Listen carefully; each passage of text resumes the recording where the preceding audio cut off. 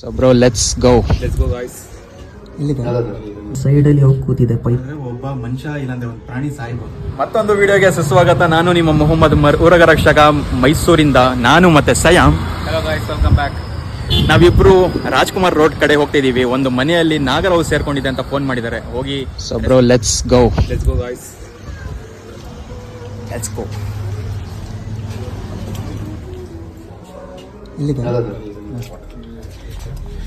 So you can see ನಾಗರಾವ್ ನೋಡ್ಬೋದು, ಒಂದು ಚಿಕ್ಕ ಮರಿ ಈ ಸೈಡ್ ಅಲ್ಲಿ ಹೋಗಿ ಕೂತಿದೆ ಪೈಪ್.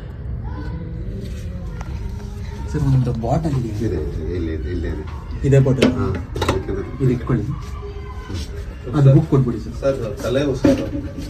ಹಾಂ ಹಾಂ.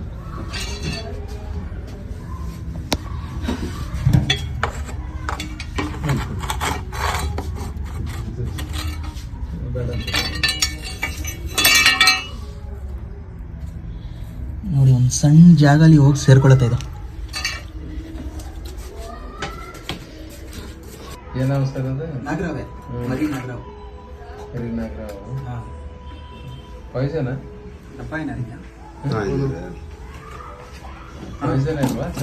ಇದರಲ್ಲಿ ವಿಷ ಇರುತ್ತೆ.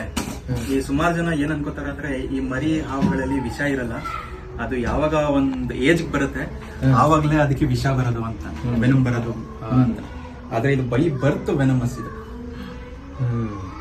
ಮೊಟ್ಟೆಯಿಂದ ಆಚೆ ಬರತ್ ಕೂಡ್ಲೆ ಅದು ಬೈಟ್ ಮಾಡಿದ್ರೆ ಒಬ್ಬ ಮನುಷ್ಯ ಇಲ್ಲಾಂದ್ರೆ ಒಂದು ಪ್ರಾಣಿ ಸಾಯ್ಬೋದು, ಅಷ್ಟು ವೆನಮ್ ಇರುತ್ತೆ ಅದಕ್ಕೆ. ಏನಕ್ಕಂದ್ರೆ ಇದು ಸಾಲಿಟರ್ ಅನಿಮಲ್ ಅಲ್ಲ, ಒಂಟು ಪ್ರಾಣಿ ಇದು.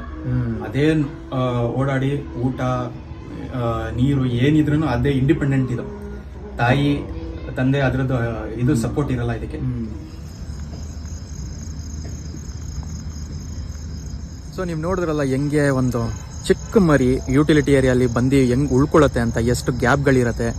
ನಾವು ರೆಸ್ಕ್ಯೂ ಹೋದ್ಮೇಲೆ ಗೊತ್ತಾಗುತ್ತೆ ಎಲ್ಲೆಲ್ಲಿ ಗ್ಯಾಪ್ಗಳಿದೆ, ಎಲ್ಲೆಲ್ಲಿ ತೂದ್ಗಳಿದೆ, ಎಲ್ಲಿ ಗೋಡೆ ಕ್ರ್ಯಾಕ್ ಆಗಿದೆ, ಎಲ್ಲಿಂದ ಹಾವು ನಾವು ರೆಸ್ಕ್ಯೂ ಮಾಡ್ತಿದ್ದೀವಿ ಎಲ್ಲ ಅಲ್ಲೇ ಗೊತ್ತಾಗತ್ತೆ. ಜನ ಮನೇಲಿ ಇದ್ದು ಅವ್ರಿಗೆ ಗೊತ್ತಾಗಿರಲ್ಲ.